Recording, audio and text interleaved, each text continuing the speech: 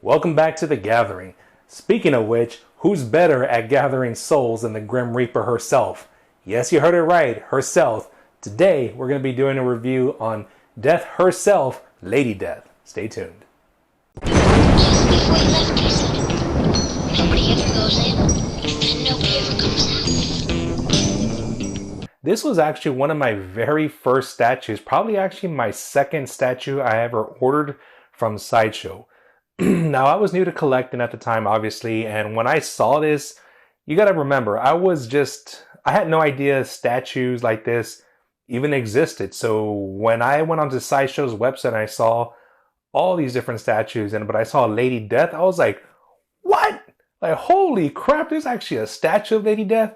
Now, for me, Lady Death was lots of nostalgia because, in case you don't know, she was basically the flagship character, and at least for me, she was huge, in the early 90s, or I mean mid to late 90s, when in high school. Like, everybody in my circle of friends, my art class, etc., everybody was all about Chaos Comics, Image Comics. Those are the two biggest things, Chaos Comics and Image Comics.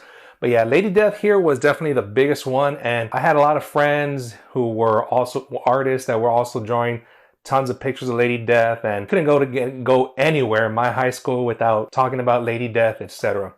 But anyways, so like I said, when I saw this statue, I was like blown away. I was just like, damn! So absolutely had to pick it up, and here we go. The base is obviously this rocky scene with a lot of gravel or whatnot, but also just a lot of skulls that are actually built into this, I guess, structure where Lady Death is actually sitting on. Now, being the exclusive, it came with this, the Chaos Sword. Okay, there it is right there. Okay, it's actually impaled into one of these skulls right here. Okay, all right.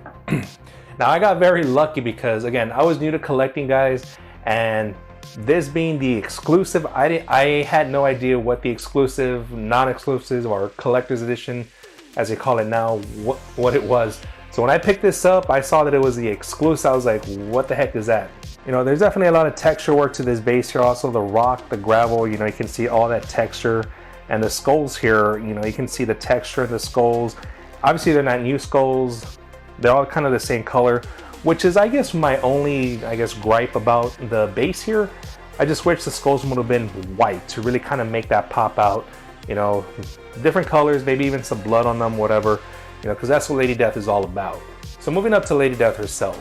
So her outfit here is very, very iconic with her look. In case you don't know, guys, Lady Death's looks, attires, more or less are like this. For the most part, she's kind of just wearing just lingerie, very revealing outfits, high heel boots, knee-high boots, thongs, garters, just a bra. This is pretty much how Lady Death is always portrayed. And this is why she was so very, very popular, because not only does she have an awesome backstory about her, but hey, when you have this girl who's just Death herself, basically the Grim Reaper, and it actually goes beyond that, more powers or whatever, and you make her sexy as hell, any wonder why she wasn't a big hit? So as we see here, she's wearing these thigh-high boots, and throughout the outfit, before I move on, the boots, the bra, her sleeves here, they're all that vinyl, that latex kind of look, which is awesome because, as we can see, everything else is just kind of a flat color for the most part. It provides that contrast, and it really gravitates your eye to these different shiny parts of her, the latex part. But going back to her boots, obviously she's wearing these very high heel, thigh-high boots, and throughout the outfit, including the boots right here, the thigh area where it meets the garter, there are these gold accents and designs, very beautiful. And also, I just like that they added that because it does provide more of a contrast with the black versus just leaving it a flat black. And her panties are decked out in a bunch of skulls. We got little skulls throughout the straps of her panty, and the big major skull right here in the front with the crossbones, and another skull and, I guess, rib design right here on the back of her panties. Center of the bra here being held together by the skull and crossbones, and just like her thigh-high boots, throughout the bra there's the same kind of pattern and designs with the gold accents here. Okay, very nice, very beautiful. Lots of attention to detail. And her armbands here do also include those gold designs and patterns that we find throughout her outfit here. And the flesh tones here with Lady Death, in case you don't know why she's actually white, well, she is, just like the name says, Lady Death. She's supposed to be death itself, which is why her skin tone is white, her hair is white. So the paint job done throughout her body is done very, very well.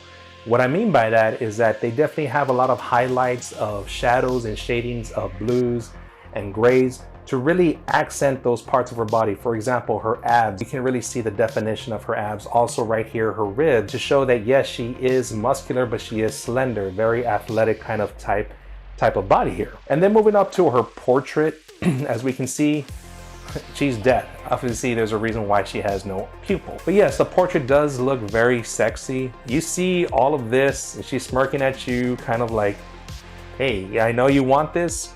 Come try to get it, because more than likely she's going to take your head. Another very iconic look with Lady Death is that big, beautiful, flowing hair. You know, she has a part in the middle, but yes, it's very exaggerated where it's just huge flowing hair. And as we can see, one of her arms is behind her head in her hair, which is an awesome design concept which was executed perfectly. Obviously, her other arm is up here holding her scythe. And speaking of the scythe, it's not just a regular scythe, but the very top here, it looks like a demon, you know, kind of holding his wing or covering his face. With the design of the scythe itself, the blade, you know, to be an actual wing of the demon.